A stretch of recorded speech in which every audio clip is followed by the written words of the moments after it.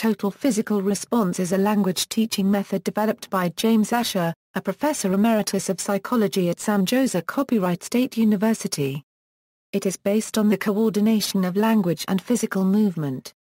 In TPR, instructors give commands to students in the target language, and students respond with whole-body actions. The method is an example of the comprehension approach to language teaching. The listening and responding serves two purposes. It is a means of quickly recognizing meaning in the language being learned, and a means of passively learning the structure of the language itself. Grammar is not taught explicitly, but can be learned from the language input. TPR is a valuable way to learn vocabulary, especially idiomatic terms, for example, phrasal verbs. Asher developed TPR as a result of his experiences observing young children learning their first language. He noticed that interactions between parents and children often took the form of speech from the parent followed by a physical response from the child. Asher made three hypotheses based on his observations: first, that language is learned primarily by listening. Second, that language learning must engage the right hemisphere of the brain. And third, that learning language should not involve any stress. Total physical response is often used alongside other methods and techniques. It is popular with beginners and with young learners, although it can be used with students of all levels and all age groups. Background: James Asher developed the total physical response method as a result of his observation of the language development of young children. Asher saw that most of the interactions that young children experience with parents or other adults combine both verbal and physical aspects. The child responds physically to the speech of the parent, and the parent reinforces the child's unregistered trademark S responses through further speech. This creates a positive feedback loop between the parent unregistered trademark S speech and the child unregistered trademark S actions. Asher also observed that young children typically spend a long time listening to language before ever attempting to speak, and that they can understand and react to utterances that are much more complex than those they can produce themselves.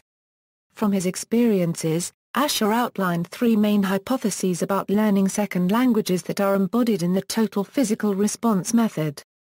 The first is that the brain is naturally predisposed to learn language through listening. Specifically, Asher says that learners best internalize language when they respond with physical movement to language input. Asher hypothesizes that speech develops naturally and spontaneously after learners internalize the target language through input, and that it should not be forced. In Asher unregistered trademark S own words, a reasonable hypothesis is that the brain and the nervous system are biologically programmed to acquire language either the first or the second in a particular sequence and in a particular mode. The sequence is listening before speaking and the mode is to synchronize language with the individual unregistered trademark S body. The second of Asher unregistered trademark S hypotheses is that effective language learning must engage the right hemisphere of the brain. Physical movement is controlled primarily by the right hemisphere, and Asher sees the coupling of movement with language comprehension as the key to language acquisition. He says that left hemisphere learning should be avoided, and that the left hemisphere needs a great deal of experience of right hemisphere-based input before natural speech can occur. Asher unregistered trademark S third hypothesis is that language learning should not involve any stress, as stress and negative emotions inhibit the natural language learning process. He regards the stressful nature of most language teaching methods as one of their major weaknesses.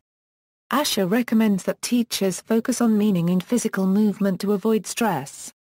The main text on total physical response is James Asher unregistered trademark S Learning Another Language Through Actions, first published in 1977. Principles: Total physical response is an example of the comprehension approach to language teaching. Methods in the comprehension approach emphasize the importance of listening on language development, and do not require spoken outputs in the early stages of learning. In total physical response, students are not forced to speak. Instead, teachers wait until students acquire enough language through listening that they start to speak spontaneously. At the beginning stages of instruction, students can respond to the instructor in their native language. While the majority of class time in total physical response is spent on listening comprehension, the ultimate goal of the method is to develop oral fluency. Asher sees developing listening comprehension skills as the most efficient way of developing spoken language skills. Lessons in TPR are organized around grammar, and in particular around the verb. Instructors issue commands based on the verbs and vocabulary to be learned in that lesson.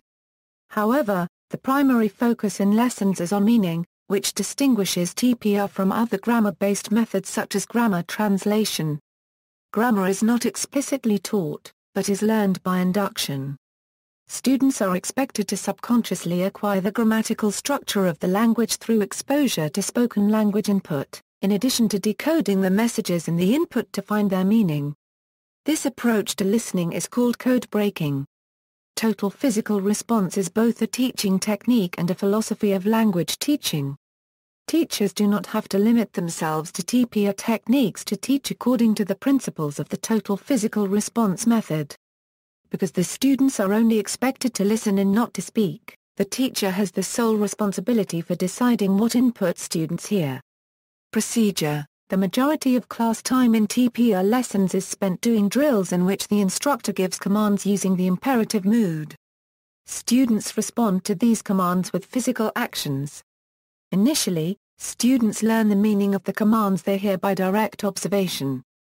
After they learn the meaning of the words in these commands, the teacher issues commands that use novel combinations of the words the students have learned. Instructors limit the number of new vocabulary items given to students at any one time.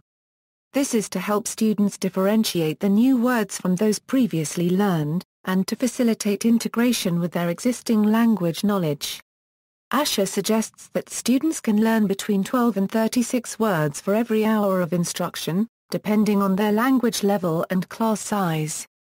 While drills using the imperative are the mainstay of total physical response classes, teachers can use other activities as well.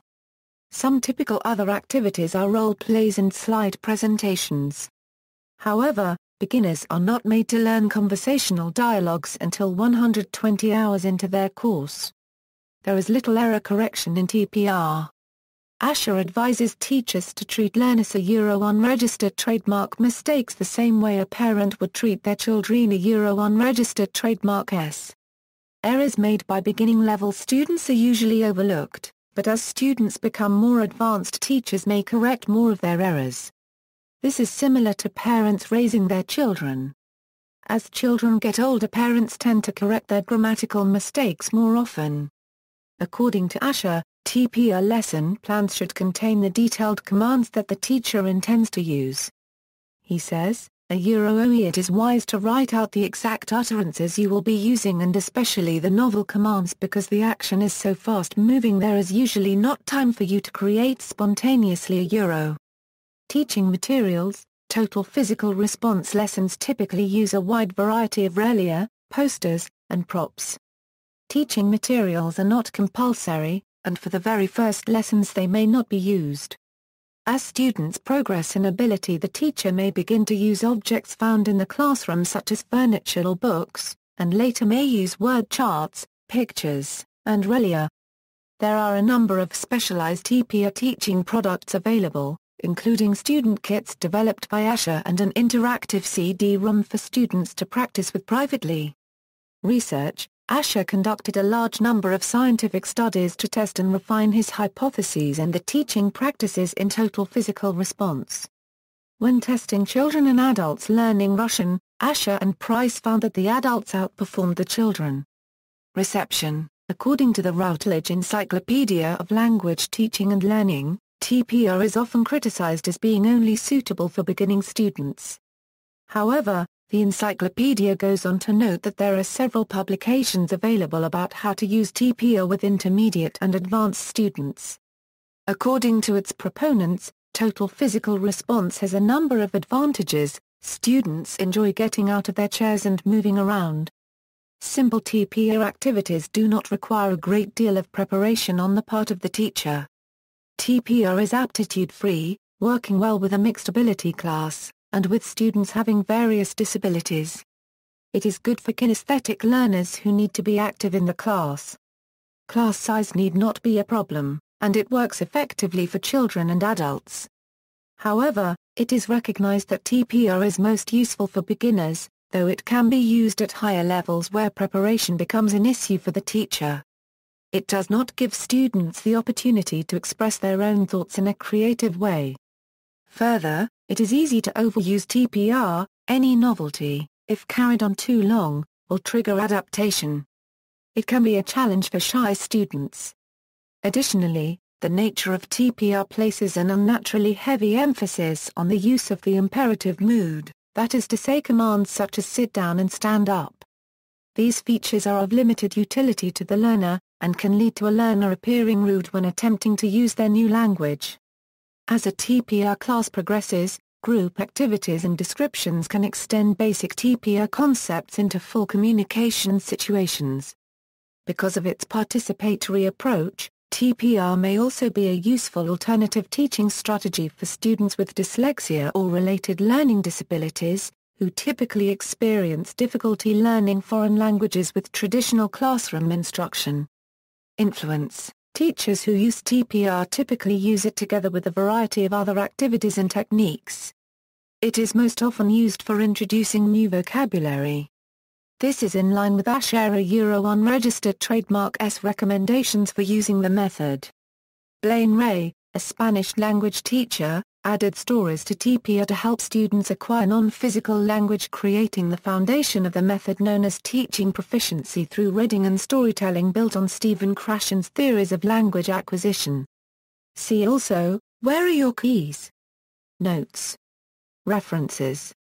External links, official site.